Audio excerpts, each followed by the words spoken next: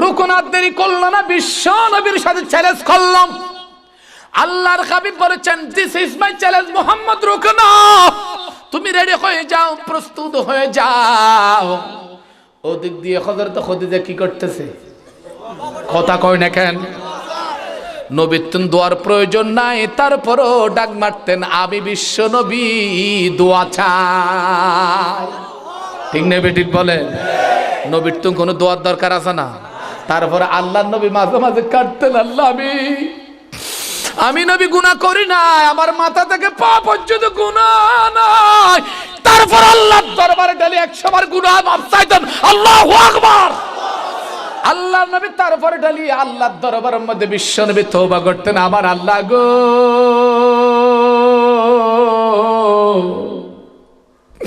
তুমি তো আমার নবী হিসেবে বানাইয়েছে, কিন্তু আপনি বলেছেন আমি মাসুম, তারপরও আমি তোমার দরবারে তওবা করে ডেলি 100 বার আল্লাহর হাবিব আল্লাহর ধরা দিতেন। ঠিক নে বেটি?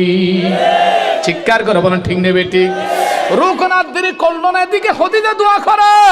বিশ্ব নবীর সব মানুষ, কেউ চেহারা কালা, আর কেউ হাসতেছে, কাফেরগণ হাসতেছে, মুহাম্মদ তুমি ভুল করেছো, রুকনার সাথে কেউ সহজে গাদ্দারি করো না মক্কায় মদিনায়। আল্লাহর নবী ধর মুসলিম শরীফের হাদিসের দেরি করে নেই, আমার নবী বাম হাত দিল সর্বপ্রথম, দেওয়ার সাথে সাথে বাম হাত মুবারক আস্তে করে হযরতে রাসূল পাক সাল্লাল্লাহু আলাইহি সাল্লাম রুকনার এই বাম পাশে যখন ঢুকাই দিল, আল্লাহর নবীর বাম পা মুবারক যখন পিছনে যখন লাগাই দিল, আস্তে করে আল্লাহর হাবিব রুকনাকে মাটিতে ফেলে দিল। মাটিতে পড়ার পর ডাং মারলো, ও মুহাম্মদ আই ন বুঝি আর গোদারা করিব। কথা কও না কেন? আমার সমাজ আছে কি নাই? এন খদুন লাইতে হইয়া গর খদাই তা নফে আর গো হা ফুরিব।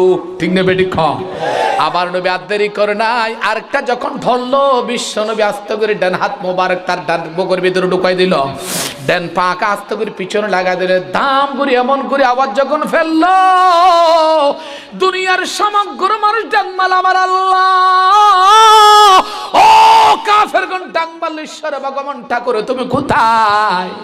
যেই ফলোয়ানকে মক্কার মদিনার জমিনের ভিতরে কেউ আচার দিতে পারে না, পিঠ বাজাইতে পারে না, সেই মুহাম্মদ কেমনে বাজাইলো বলে আদারি করে রুকনা ডাং মারলো। নবী গো, জীবনের ভিতরে যত বছর আমার হায়াত ছিল, মক্কার জমিনের ভিতর মদিনার জমিনের ভিতরে 4 পায়ের হাতি পর্যন্ত বাঘ পর্যন্ত আমার সামনে পড়ে না। আজকে কিন্তু আমি নরম হয়ে গেলাম, আমি বুঝতে পেরেছেন আপনি হলেন একমাত্র ওয়ামা মুহাম্মাদুন ইল্লা রাসূল। আপনি নবী ছাড়া আর কিছু না। ঠিক না ঠিক বলো? আপনি কাঠি নবী। রুকনা ডাক মারলি, ইয়া রাসূলুল্লাহ, আবু জাহেল এত বছর শুধুমাত্র আমাকে বুঝাইছিল আপনি একটি জাদুঘর, বিভিন্ন কিছু আপনি কর্মার দাওয়াত দেন, ইসলামের দাওয়াত দেন, আপনাকে অনেক আচরণ আমাকে শিখিয়ে দিয়েছেন, আমি করেছিলাম। ও নবী গো, আজ থেকে বেয়াদবি করব না, তাড়াতাড়ি আপনার কলমাটা আমার মুখের ভিতরে ঢুকাইয়ে দাও, কালমা লা ইলাহা ইল্লাল্লাহু মুহাম্মাদুর। সেই রুকনাকে বলেছেন আল্লাহর নবীর 1000 2000 না 4000 মানুষের শক্তি দান করেছেন। ঠিক নেবে ঠিক বলেন? তাইলে বাংলাদেশের নাস্তিক বলেছেন আমার নবীর চরিত্র ভালো নয়, নাউজুবিল্লাহ বলো। আমার নবী 4000-এর চেয়ে বেশি বিয়ে করতেন, কিন্তু 11টা করেছেন খোদার কসম। আলেমগণ বসে আছেন, মুসলিম শরীফের বর্ণনা হযরত আব্বাস রাদিয়াল্লাহু তাআলা তিনি লিখতেছেন, নবীর জবানে ঘোষণা করেছেন আমার নবী যা শাদী করেছেন আমার নবী ইচ্ছে করে নাই, আমার নবীর চরিত্র দেখে মহিলারা পাগল হয়ে যেত। আর ডর বলেন না। আর কোরআন শরীফ বলেছেন কয়টা বিয়ে করতে? এ কথা কন না কেন আপনারা? ওনারা আর কথা না বুঝতে লাগো। কোরআন শরীফে থৌয়া কথা কন না কেন? বিসমিল্লাহির রহমানির রহিম। ফানকিহু মা তাবা লাকুম মিনান নিসাই মাসনা ওয়া সুলাসা ওয়া রুবা। চিৎকার করে বলেন সুবহানাল্লাহ। কোরআন শরীফের ভিতর বলেছেন ও মুসলমান, কোরআন শরীফ কত সুন্দর দেখো, তোমরা বিয়ে করে রমণীদেরকে, তার মানে মহিলাদেরকে, তার মানে যে মহিলার চরিত্র ভালো, মহিলা যদি কালো হোক, একেবারে কোরআন শরীফের অক্ষরের মতো কালো হয়ে যাক, জাঙ্গুলার ভিতরে কালো হয়ে যাক, ওই যে ডেক্সির তালার সে কালো হয়ে, যে মহিলার চরিত্র ভালো, তাফসীরের ভিতরে লিখতেছেন সেই মহিলা তোমরা বিয়ে করো 2 জন 3 জন অথবা 4 জন। কয়জন? ঠিক নেবে ঠিক। কোরআন শরীফের ভিতরে তাফসীরের ভিতরে বলতেছেন করতে পারেন যদি আপনি চতুর্দিকে থাকতে পারেন। ঠিক নেবে ঠিক বলেন। এখন নাই ভিতরে আপনার কোনো বল, আপনি শাদী করেন একবার 4।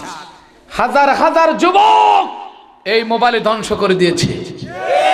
রাতের বেলা যখন ঘুমাই, হয়তো আবার এখানে আমার পড়াইতে পারেন, আমি যদি ওদের উস্তাদ হতাম আমার জীবন আর ধন্য হতো। আলহামদুলিল্লাহ বলেন। স্টেডের মধ্যে যে আলেম দেখতেছি এরা বড় বড় আলেম, কিছু মাইন্ড করবেন না, আমি বসতে চাই, বলতে চাই, জানতে চাই। অনেক যুবক রাতের বেলা মোবাইলে অনেক মহিলা দেখে। ঠিক নেবে ঠিক। দেখেন নাই আপনি আপনি জানার গুনাহ করেছেন, হুজুর থেকে জিজ্ঞেস করবেন, আপনি দেখেন, আপনি দেখেছেন সেই মহিলাকে একটি কোন নজরে দেখেছেন? আল্লাহর কসম আপনি গুনার জানার গুনায় লিপ্ত হয়েছেন। ঠিক নেবে ঠিক বলো। রুকনা কলমা পড়ে বলো নবীর চরিত্র দেখে। ঠিক নেবে ঠিক। ওই বিশ্ব নবী আর দেরি করো নাই, নবীর কথা বলতে চাইছেন, ওয়া ইন্নাকা লাআলা খুলুকিন আযীম। যখন নামাজ শেষ হয়ে গেল, আয়েশার সাথে সংসার। আয়েশা সেই দিন বাড়িতে নাই, বাপের বাড়ি বেড়াইতে গেল। কোথায় গেল? আর আঞ্চলিক ভাষায় কি কদুদের একখানে ইয়ার বোনাইয়ের গইয়ে নাকা মাথা কি গিয়ে হযরত আয়েশা সেই দিন আমার নবীর সংসার ছিল না। আয়েশা বলতেছেন, আমার প্রাণের স্বামী গো, তুমি আমার ক্ষমা করে দাও, I am sorry pardon me. বাবা অসুস্থ হয়ে গেছে, হয়তো বাঁচবে না, শুধুমাত্র একটা দিনের জন্য, একটা ঘন্টার জন্য আমাকে ছুটি দাও। মুস্কি মেরে আল্লাহর হাবিব বলেছেন, যাও ও প্রাণের বিবি গো, তুমি আমাকে রাগ করে বলো নাই, এত সুন্দর করে বলেছো। একদিনের জন্য তোমার মতো বিবি যদি 1000 দিন থাকে আমি শান্তি পাবো। আয়েশা বাপের বাড়ি গেল। আল্লাহর হাবিব জোহরের নামাজের পরে যখন ঘরে ঢুকার জন্য যখন সিদ্ধান্ত নামাজ পড়েছেন, আল্লাহু আকবার। আয়েশা যখন বাপের বাড়ি গেল, আবু জাহেল ডাক বলল, ও সিনান। নাম মনে আছে? নাম কি বলেন? নাম কি বলেন? তিনি যুবক মানুষ, কাফের, কলমা পড়ে নাই। 40 দিরহাম, মুসলিম শরীফের হাদিস।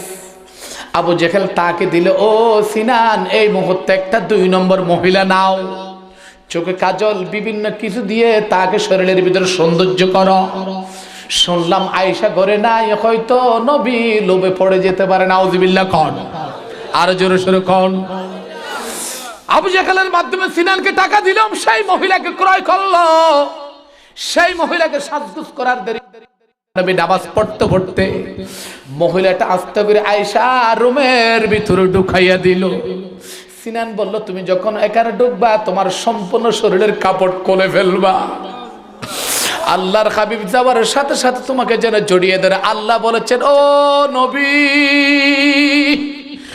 নবী গো, আপনাকে কন্ট্রোল করার জন্য পাওয়ার একমাত্র আমি আল্লাহ কুদরতের হাতে নিয়েছি। কথা বলেন না কেন? আবার নবী কোন যুবতী মহিলার দিকে কখনো খোদার কসম দেখি নাই, দেখবিও না, কিয়ামত পর্যন্ত দেখতে পারে না। আলেমরা আছে, আল্লাহর নবী কোন মহিলাকে কোনদিন খোদার কসম দেখে নাই। খোদার কসম কোন যুবতী মহিলাকে বিশ্ব নবী দেখতে নাই। আল্লাহর নবী যেতেন আর আসতেন, সাহাবায়ে কেরামের সব বিবিরা, মহিলারা পাগল হয়ে যেত। আব্দুল্লাহ মুহাম্মদের চরিত্র ফুলের চেয়ে পবিত্র।